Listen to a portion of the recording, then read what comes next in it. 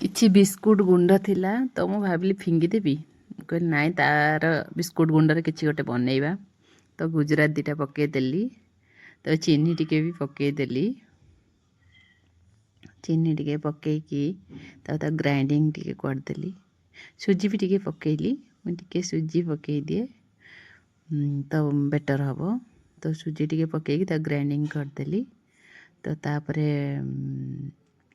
Grinding କରିସାରିଲା ପରେ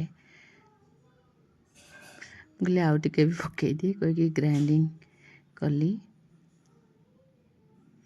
ଦେଖନ୍ତୁ ଗ୍ରାଇଣ୍ଡିଙ୍ଗ କରିକି ଆଣିକି ଓଜାଡ଼ିଲି ଗୋଟେ ପାତ୍ରକୁ।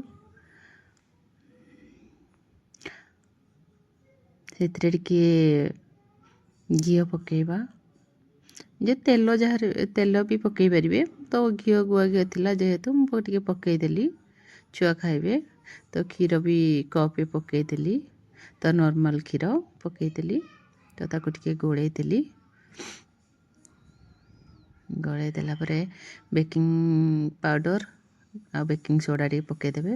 ପକାଇକି ଗୋଳେଇ ଦେବେ। ତାରେ ବଟର୍ ପେପର୍ ନଥିଲା ଯେହେତୁ ଗୋଟେ ପ୍ଲେନ୍ ପେପରରେ ତାକୁ କଟିଂ କରିଦେଇକି ତେଲ ଲଗାଇଦେଲି। ତ କେକ୍ ଟିନ୍ ମୋର ନଥିଲା, ତ ମୁଁ ଏଇଟାରେ ବନାଏ, ଭଲ ହୁଏ। ତ ଯେତେବେଳେ ବି ଇଚ୍ଛା ହୁଏ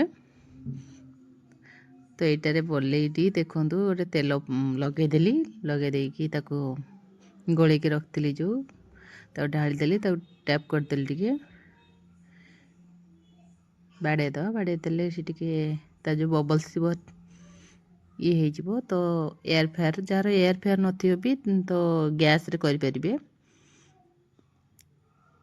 କଡ଼େଇରେ ବସାଇ ପାରିବେ। ଦେଖନ୍ତୁ ମୁଁ ବନେଇ ହେଇଗଲାଣି। ମୁଁ ତାକୁ ଗରମ ଗରମ ଖୋଲିଥିଲି ଯେହେତୁ ସେ ଟିକେ ଭାଙ୍ଗିଗଲା, କିନ୍ତୁ ବହୁତ ସଫ୍ଟ ହେଇଥିଲା। କେକ୍ଟା ବି ଭଲ ଟେଷ୍ଟ ଲାଗୁଥିଲା, ସ୍ପଞ୍ଜି ହେଇଥିଲା।